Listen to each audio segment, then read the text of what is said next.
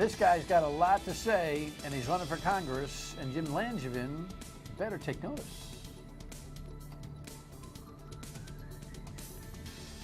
Good evening.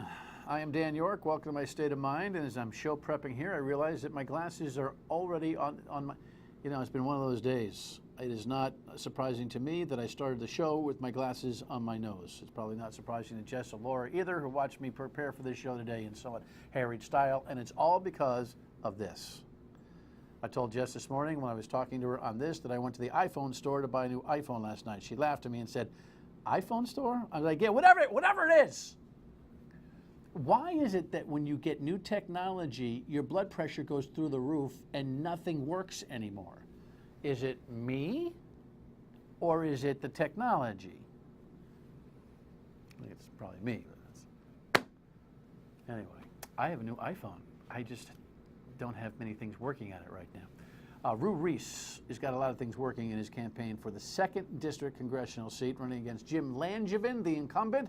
Jim's a good guy. Everyone knows Jim's story. Jim should watch out for this guy. If he was able to raise any money, he actually, I think, would be a player in this race. We'll talk about that with him and some of his issues and concerns in his second visit here to the broadcast coming up. So let us go with no further ado to the rundown. Yes, plenty of it. And some weird conversation on the radio today and this week about how we're taking these doctors back here. This is a terrible situation that reminds us what kind of a mess Afghanistan really is. This is a guy who I think just withstood adversity in a way that many others probably could not have. It's a long time ago that Jim Brady was shot the day that President Reagan was. We'll talk about that. He's already raised that much money, he says, in a short period of time after pulling everybody's chain on the radio. Buddy Cianci is off and really running in this race, and a little bit of a ditty in that race that I'm going to bring to you, and this is just too funny. I told you last night about the honest ad. We ran out of time, so tonight you will see the honest political ad. All right, let's dig in a little bit. I wish we didn't have to dig into this. The folks in Africa are very worried about half of the folks who have been afflicted with this disease having lost their lives already. The headline and the map from USA Today shows where some of the hot spots in Africa are, and here's the latest from CBS on what they're dealing with. A specially equipped plane carrying American missionary Nancy Wrightbull arrived in Atlanta. A team of infectious disease specialists at Emory University Hospital will treat the 59-year-old along with fellow aid worker Dr. Kent Brantley. Wrightbull and Brantley contracted the deadly disease while working in Liberia. 4 African nations are dealing with the worst Ebola outbreak in history. More than 1,600 people have been infected and nearly 900 have died. Wrightbull and Brantley have received an experimental serum to help combat symptoms of the disease. Those two great Americans are heroes. I mean, their Hippocratic oath is at this kind of a level, and they put themselves. Ever been in the doctor's office and everyone's got the flu, and you wonder what are the doctors and nurses putting themselves in harm's way for like this? That's mild compared to what they're dealing with in Africa. That they came back. Hearing folks on the radio, not my show, but others, talking about the idea that we ought to keep Ebola in Africa. Why are we bringing these doctors back? We have the best technology in the world to deal with this. We have every obligation, I think, in the world to bring these 2 doctors back, and hopefully they'll get the kind of attention they need to beat this thing with that experimental drug that they've taken, and hopefully a jump on it with all the technology. Now, at Mount Sinai Hospital in New York today, a man walked in with like Ebola symptoms. You'll take a day or 2 from the CDC to test his bodily fluids and find out if it is. Could be a false alarm, so we'll keep our eyes on that. But at this juncture, no need to panic and a lot of need to pray for those 2 docs, so let's do that. Next item.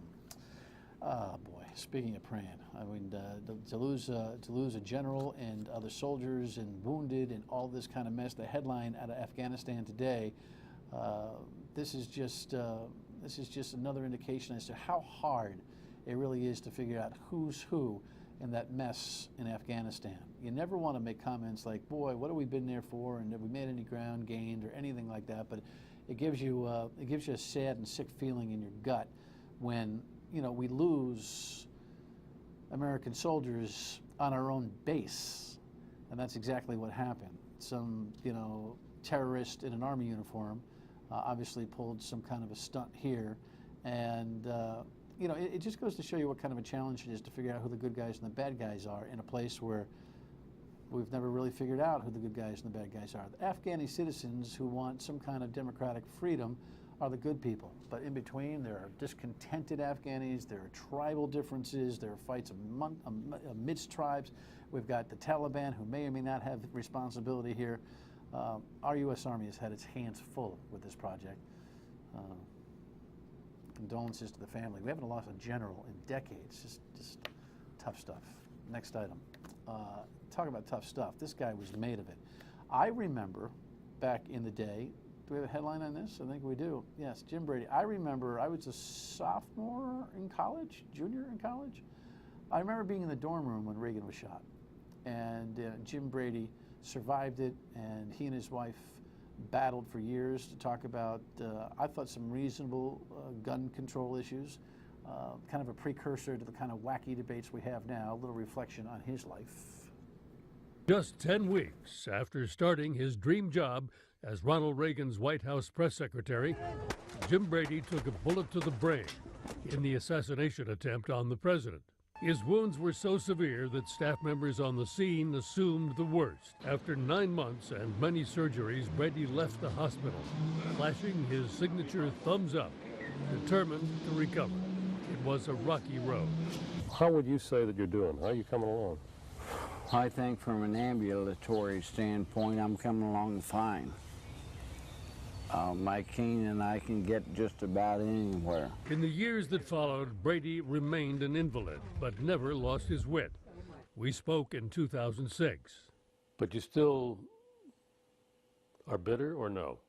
Well, it's not classy to be bitter, and I try to be classy, as you know. And I thought he was the entire way.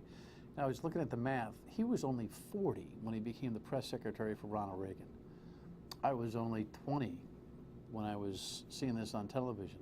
Time flies. I think Jim Brady flew his balance of his life in an exemplary way. He may not agree with the politics of gun control and the like that became one of his life causes, but he certainly worked hard on it. And he's in a better place today, I'm sure. Let's go to the political scene in Rhode Island and in the city of Providence. 300 grand already? Yeah, that's what he has reportedly. Buddy Cianci, according to this fundraising story in the Journal, without putting any of his own dough in, he says, has already been able to generate that kind of money in just a few short weeks since his not so surprising announcement on WPRO radio that he was running for office. So believe me, Buddy's going to be highly financed for the general election now that he's running as an independent. What was interesting today is that Andrew Augustus from our newsroom at WPRO Radio came back to the office today with this little bit of audio from Dan Harrop, the Republican candidate who's been on again, off again. I might get out of the race. We'll have a meeting in October amongst the Republican City Committee, and then we'll decide whether or not we'll pull out of the race late. It looks like he's now on a different wavelength. I am in this race. My name will be on the November ballot. The Republican City Committee has met. I am staying in the race. It has not been proven to us that any of the Democrats are better than Buddy at this particular time. All right, so if Dan Harrop stays in the race, we have a 3-person race guaranteed in the general election for the mayor of Providence. The winner of the Democratic primary versus the independent, Cianci, and the Republican Harrop, who got 16% of the general election vote back in 2006. That 16% that he carries in from years ago is a formidable chunk of constituent change for Buddy Cianci to chew on. And, you know, not that I would suggest that any deals have gone on here, but it's just a brighter day for Buddy Cianci knowing that Dan Harrop's in the race. It splits the no Buddy vote, which may not be as large as everybody in the political environment is thinking there will be. The odds got better for Buddy to return to the mayoralty. That's the bottom line. And finally, you know, with all of the ads that we have been watching on television and the like, I am longing for this gentleman to run for something here in Rhode Island. Hi, I'm Gil Fulbright. The people that run my campaign, they've made this commercial, and I'm in it. This campaign, it's not about me. It's about crafting a version of me that'll appeal to you.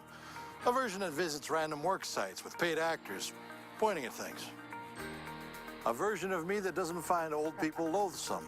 Has a conventionally attractive yet curiously still family. I'd do anything to stay in office. My name's Gil Fulbright, but hell, I'll change my name to Phil Goldbright or Bill Fulbright or fill up my mouth with farts. I'm fill up my mouth with farts, and I approve this message. From Jess's grab bag there, she found that one too funny. You know, great comedy is built on truth, and we'll just kind of leave it there. When we come back, Rhue Reis running for Congress. Stay with us. Appreciate that. Really, I do. Rhue and I are just chatting a little bit about his website. You'll find out about it. He will say it slowly for you here this evening because we didn't print it. That's okay. Immigration is one of the issues that Rhue says is important to his candidacy, and our delegation was chased down by Eyewitness News a little while back in the midst of this border crisis with those young kids coming from Central America. Got to make sure that they are treated humanely, that they are housed appropriately, and recognize some of these children are very, very young. I think the systemic problem is, go to the root cause, go down there to these countries, disrupt the trafficking network, be very aggressive with intelligence, with police activities. Yeah, it seems like blah, blah, blah, a little bit of blah, blah, blah. Of course, David Cicilline, not the guy you're running against. You'll see the guy he's running against in a moment. And of course, Jack Reed. Welcome to the show. Good Thank to see you. And it's a pleasure to be here. Last time you were on the radio, you were making a big deal on this immigration thing. Tell me what you're thinking. Well, it's like I said before. The one thing about the immigration issue that's really alarming to me is, and it shouldn't be alarming because it's just the way things go, is the total lack of a response from our delegation. I mean, I don't understand why they're not using that crisis to show that they are leadership material, that they should be there representing us. And they're doing the complete opposite. They're showing us why we shouldn't have them representing us. I mean, it's clear to see that this crisis of immigration on the border contributes to so many crises that we are already facing as a nation. Our education crisis, the crime crisis, the national security crisis. I mean, we have, terrorists coming through that porous border down there. We have gang members coming through. We have uneducated children coming through by masses that are going to tax our already failing system and bring it down even further. So, and then taking it further, how can we afford this when we can't even afford to take care of our own? You know, when I look at polling data over the last, 3 or 4 election cycles, and people are asked to prioritize what they're most concerned about, the immigration matter is on the bottom. Mm-hmm. So are you banging the pots and pans here over something that 4 or 5% of the electorate is actually mobilized about? No, it's actually not my main platform issue. I only discuss it because it's such a hot issue at this time. My main issue is the economy and getting jobs back on track. And with what our government is doing for us now, it is completely taking us down the path to bring our economy down further and not to grow jobs at all. And so that's my issue, is that we need to have representatives in Congress who have an understanding of why we have a problem with the economy right now. And that is that the government is way too intrusive. It's driving jobs away from this country instead of attracting them to this country. This constituency in Rhode Island, maybe less so in South County, we'll see, where you hail from, enjoys being at the trough. The notion that government is too intrusive is somewhat of a foreign language to them. So how do you win a race making an argument that most people have, disagreed with? Maybe not purposefully, but just by their actions and looking for the handout right. from government. Well, I'm in the race to speak the truth. If I win because of the truth, then I'll be going to Washington for the right reasons, because that's why I'm going, to solve the problem. I'm not going to add to the problem by telling people what they want to hear. I'm going to tell the people what they need to hear, and that our country is on a dangerous path of collapse. In another 20 to 25 years, our debt is going to exceed our economy. We have nations, some of the most powerful nations around the world, that are already working together to try to bring down the dollar and to take it off the benchmark as the international currency. And once that happens, our inflation will skyrocket beyond imagination. And if we don't address this issue now and bring our budget back in line and get rid of our deficits and lower our debt, then we're going to continue down that path. And in another 20, 30, 40 years, our kids are going to be cursing us. When we come back, we'll talk about the guy that he's running against and why he's better. Stay with us. With hard work and with opportunity, every person should be able to succeed in this country. Obviously, we have a lot of work to do to get people back to work that are not working right now, and that's something that I'm focusing on like a laser right now, because the fact that Rhode Island has one of the highest unemployment rates in the country, that's something that weighs on me every day. He's talking your language, the man you're running against, Jim Langevin. Rhue Reis is my guest, running against that guy, Jim Langevin, the incumbent. Of course, remember, this is not a primary, this is a general election, so you do have time to get your mojo operating here. Reaction to that comment from the congressman? Yeah, he's really focused like a laser on getting jobs going here in Rhode Island.